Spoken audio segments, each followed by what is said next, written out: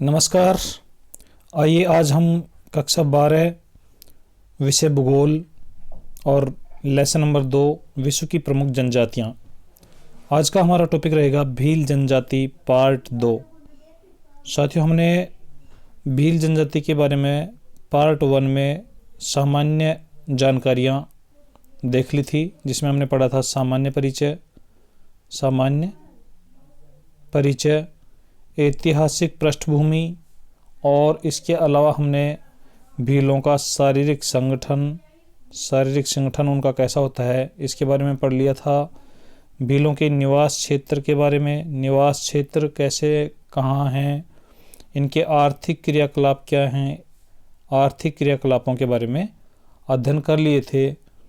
आज हम पार्ट 2 में अध्ययन करने वाले हैं इनके समाज, संस्कृति, उत्सव, त्यौहार और आधुनिक संस्कृति से संपर्क और बहुत ही महत्वपूर्ण इनकी जो शब्दावली है उसकी हम चर्चा करने वाले हैं। तो आइए शुरू करते हैं। सबसे पहले हम भीलों के समाज व संस्कृति के बारे में अध्ययन करेंगे। समाज व संस्कृति। सामाजिक दृष्टि से भील पितृसत्तात्मक होते हैं। पितृसत्तात्मक से तात्पर्य ये है कि परिवार का जो मुखिया होता है, पिता होता है, घर का मुखिया सबसे बुजुर्ग व्यक्ति होता है। इनके जो घर होते हैं उनका जो मुखिया होता है वो घर में सबसे जो बुजुर्ग व्यक्ति होता है वो घर का मुखिया होता है और घर के मुखिया को तदवी कहा जाता है। तो ये इम्पोर्टेंट है, आप इसे अच्छे से नोट कर लें। इनके जो घर होते हैं, जैसे सिंगल जो घर होता है, ये जो झोंपड़ी नुमा इनका जो घर होता है, अकेले घर को टापरा कहते हैं, टापरा। और जब 2-3 टापरा आपस में एक जगह मिल जाते हैं इस टाइप से, तो ये जो संपूर्ण घर बन जाता है जिसमें आवास, खाद्यान्न और पशुओं के रहने की व्यवस्था हो जाती है, उसे हम कू कहते हैं। तो ये भी इम्पोर्टेंट है साथियों। जो कू होता है उसका मुखिया तदवी कहलाता है, उसे हम तदवी कहते हैं। भीलों में बहुपत्नी प्रथा प्रचलित है। बहुपत्नी प्रथा से तात्पर्य यह है कि एक पुरुष एक से अधिक पत्नियां रख सकता है। भील जाति अनेक छोटे छोटे समूह में विभक्त होती है जिन्हें अटक, कुल या गोत्र कहते हैं। तो भीलों के जो गोत्र होते हैं उनको साथियों अटक कहते हैं। तो जैसे हमारे यहाँ हर प्रत्येक जाति के अलग अलग गोत्र होते हैं, इसी प्रकार भीलों के भी गोत्र होते हैं जिन्हें अटक कहा जाता है। तो आइए देखते हैं अब इनके उत्सव एवं त्यौहार।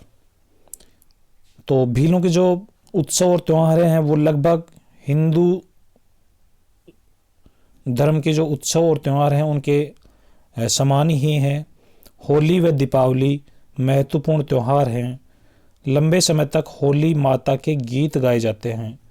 साथियों, यहाँ पर होली का जब त्यौहार आता है तो काफ़ी लंबे समय तक उसके गीत गाए जाते हैं।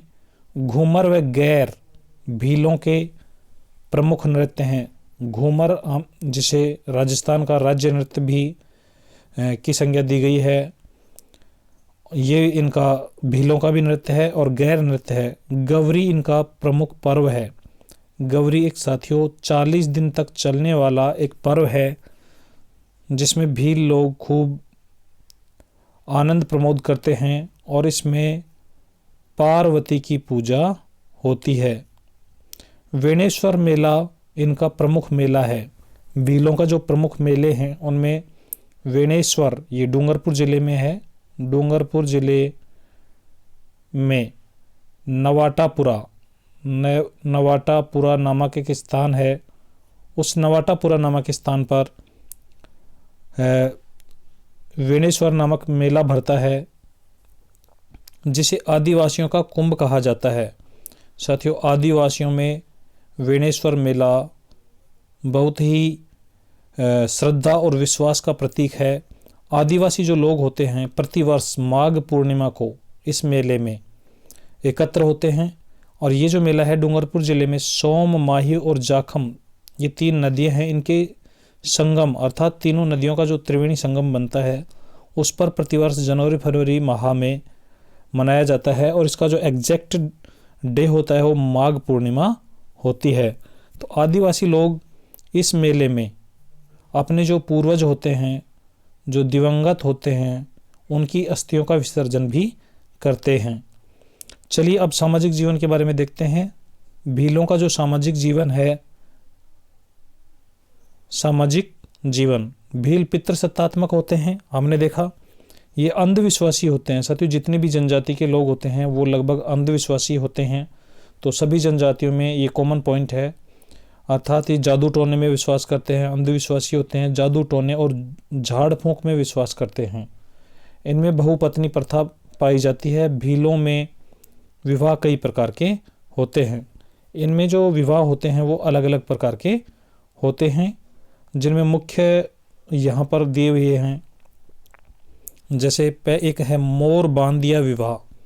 तो आपसे क्वेश्चन पूछा जा सकता है 1 नंबर या 2 नंबर में कि भीलों में विवाह के कौन कौन से प्रकार हैं, नाम लिखिए। तो पहला है मोर बांदिया विवाह। मोर बांदिया विवाह साथियों इसमें नाम मात्र के फेरे होते हैं। नाम मात्र के फेरे अर्थात जो फेरे होते हैं वो नाम मात्र के होते हैं। एक होता है अपहरण विवाह।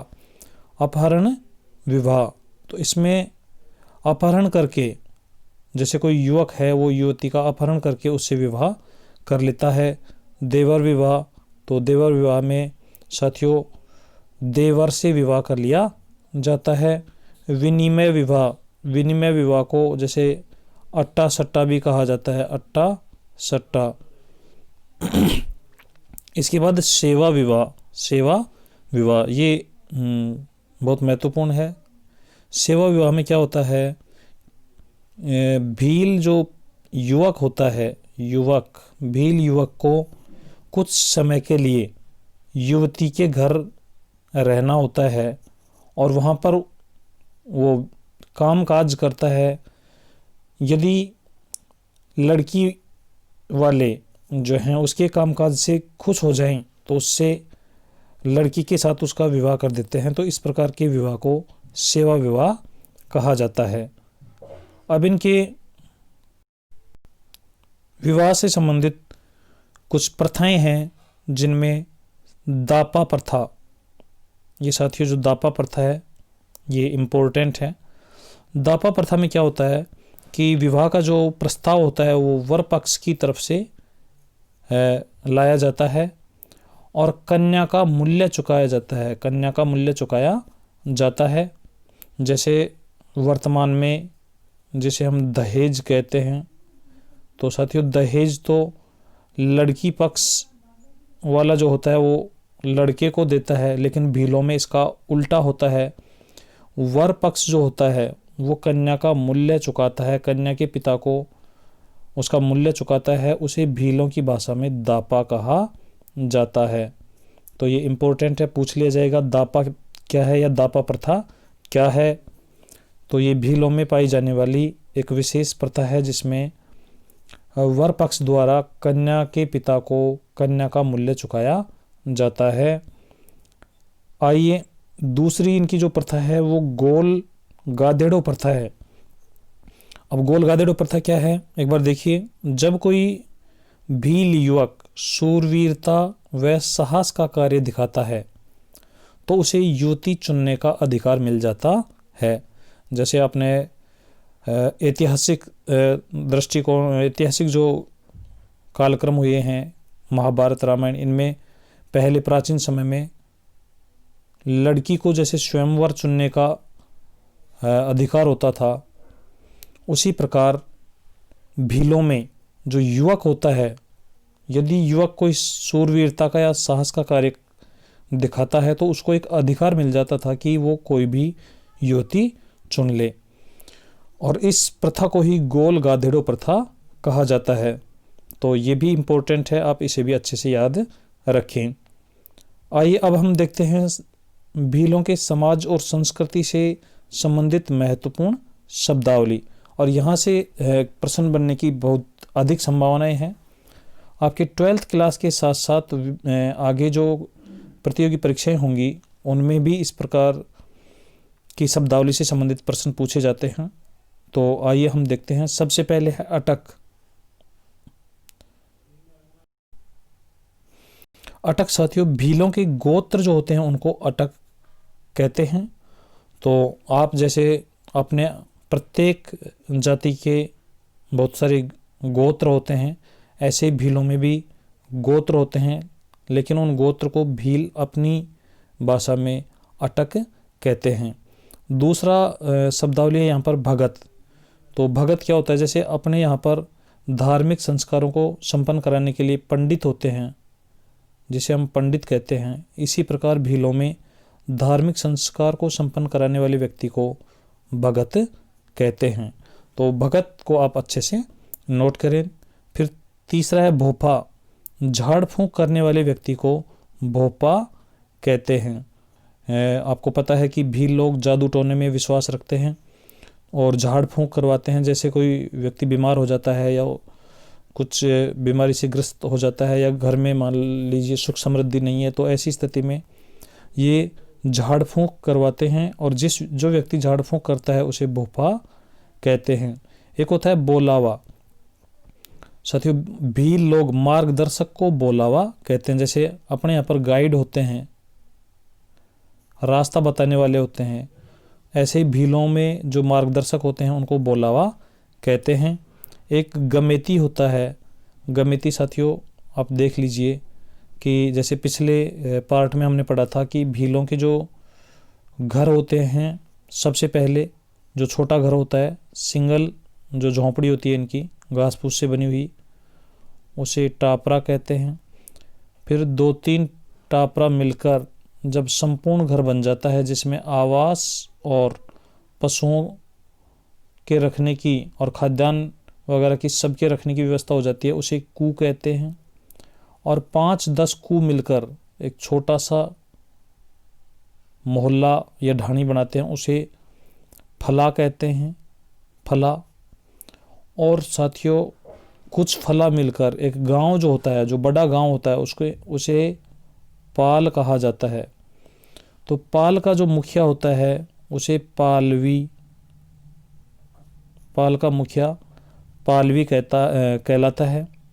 और कुछ पालों को मिलाकर या पूरे पाल का जो मुखिया होता है उसे हम पालवी कहते हैं और उसे गमेती भी कहते हैं। तो गमेती क्या होता है? समस्त पाल के मुखिया को गमेती कहते हैं। अब आप हमें ये बता दीजिए कि भीलों का जो घर होता है, जो कू होता है, इनके जो घर होते हैं, घर के मुखिया को क्या कहते हैं? गरखे मुखिया को क्या कहते हैं? तो साथियों, भीलों में जो घर का मुखिया होता है उसे कहते हैं तदवी। उसे क्या कहते हैं? तदवी। और पाल के मुखिया को पालवी या गमेती कहते हैं। चलिए आगे चलते हैं। नेक्स्ट हमारी जो शब्दावली है वो कुछ इस प्रकार से है। फला। भीलों के छोटे गांव को फला कहा जाता है। और पाल, तो भीलों के जो बड़े गांव होते हैं उनको पाल कहा जाता है। और पाल का जो मुखिया होता है उसे पालवी कहते हैं। उसे पालवी और गमेती कहते हैं। पालवी, पाल के मुखिया को पालवी कहते हैं। तदवी, घर के मुखिया को तदवी कहते हैं। और टापरा, एक अकेले घर को टापरा कहते हैं। फिर कू, तो 2 या 3 टापरा मिलकर किसका निर्माण करते हैं? कू। तो कू भीलों के जो संपूर्ण घर होते हैं, संपूर्ण घर से तात्पर्य है जिसमें आवास और खाद्यान्न और पशुओं के रहने की व्यवस्था होती है। पालवी। अब 2 यहाँ पर शब्द और हैं भीलों के प्रकार। यदि हम बात करें पालवी, यानी ऊंची पहाड़ियों पर रहने वाले जो भील होते हैं उन्हें पालवी कहते हैं। तो यहाँ आप याद रखेंगे, पालवी पैसे पहाड़, पैसे पहाड़ या पैसे पर्वत। तो पहाड़ी या पर्वतीय ऊंचाई पर रहने वाले जो भील हैं उन्हें तो पालवी कहते हैं। और वागड़ी, वागड़ी, तो ये जो वागड़ी होते हैं ये मैदानी भागों में रहने वाले भील होते हैं। जैसे हमने पिछले सेशन में देखा था कि भीलों की जो कृषि है, स्थानांतरित कृषि या झूमिंग कृषि जिसे अलग अलग नामों से जाना जाता था, एक थी चिमाता और दूसरी थी दजिया। तो इसको याद रखने का आपको ट्रिक बताया गया था कि ये जैसे पहाड़ी है और माता के जो मंदिर होते हैं साथियों पहाड़ी ऊंचाई पर होते हैं, तो पहाड़ी ढलानों पर या कुछ ऊंचाई पर जो कृषि की जाती है उसे चिमाता कहते हैं, और मैदानी भागों में जो कृषि की जाती है उसे दजिया कहते हैं। चलिए अब आप बता दीजिए रोबदो और हरियो ये क्या हैं? रोबदो और हरियो आप कमेंट करके बता दीजिए।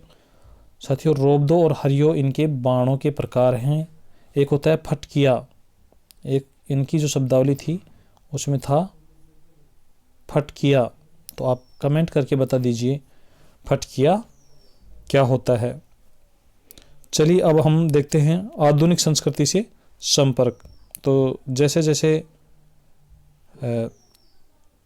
टेक्नोलॉजी बढ़ी है, भीलों का जो संपर्क है आधुनिक संस्कृति से होने लगा है। इनका संपर्क शहरी क्षेत्रों से होने लगा है, और शहरी संपर्क होने से इनके जीवन यापन और आर्थिक जो क्रियाकलाप हैं उनमें तेज़ी से बदलाव आया है। और राज्य सरकारों ने भी इनके विकास के लिए विभिन्न योजनाओं का क्रियान्वयन किया है और क्रियान्वयन कर रही है। तो ये था हमारा जनजातियों में भील जनजाति।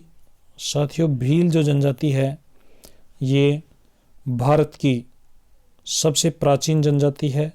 इसका उल्लेख रामायण और महाभारत में भी मिलता है। महाभारत में एकलव्य के रूप में और रामायण में सबरी। श्री राम ने सबरी के जो झूठे बेर खाए थे, तो सबरी जो थी एक भील महिला ही थी और एकलव्य भी एक भील लड़का था। इसी प्रकार ऐतिहासिक दृष्टिकोण से यदि देखें तो मुगल काल में इन्होंने महाराणा